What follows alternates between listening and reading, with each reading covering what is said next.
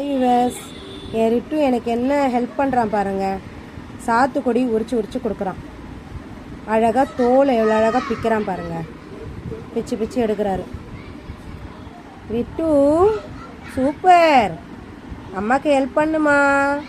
அப்படிதான், எவ்வளோ அழகாக எவ்வளோ பெருசு பாருங்கள். கீழே பார்த்தீங்களா, அழகாக பிச்சு கொடுத்துருக்கான். Super writ.